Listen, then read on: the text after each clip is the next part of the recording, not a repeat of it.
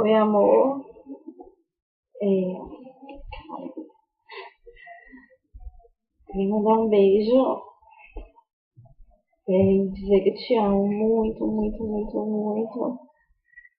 E que, apesar de tudo que acontece com a gente, é, a gente termina realmente, mas a gente sempre volta.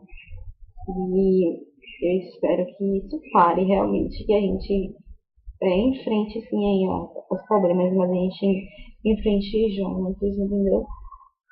E, e eu quero te ver muito, muito, muito, muito. E eu sei que falta menos de um mês, só que, cara, quando a gente quer encontrar uma pessoa, parece um século. E velho, tô doida pra te ver. Não sei. A vontade de sentir seu cheirinho assim, entendeu? E, cara, eu quero dizer que eu te amo, te amo, te amo, te amo muito, muito. E que, mesmo que a gente tenha pouco tempo, assim, parece pouco tempo, né? Só que eu acho que a gente já passou por tanta coisa que nenhum casal de um ano, né, passou. E mesmo que seja pouco tempo, foi o tempo suficiente pra gente é, se apaixonar, entendeu? E eu quero ficar do seu lado sempre. Eu espero, né, estar do seu lado sempre. É, mesmo que digam que para sempre não exista, então eu digo que até o resto de nossa vida. Então, eu sei que você não está acostumado com vídeos meus, ou é acostumado até eu parar em vídeos meus falando, né? Porque vídeo fazendo, eu sempre vou fazendo pra você. E você mandando mensagem agora,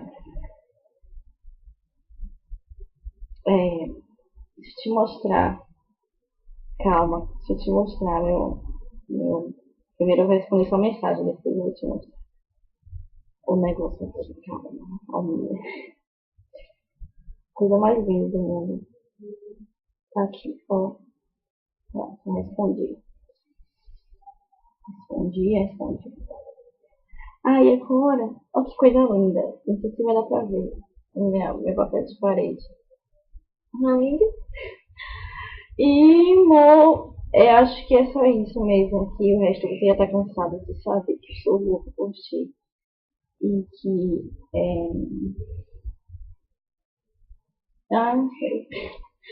Não sei mais o que te falar. Te amo, te amo, te amo, te amo muito, meu amor. Meu amor. E você vai ser sempre meu.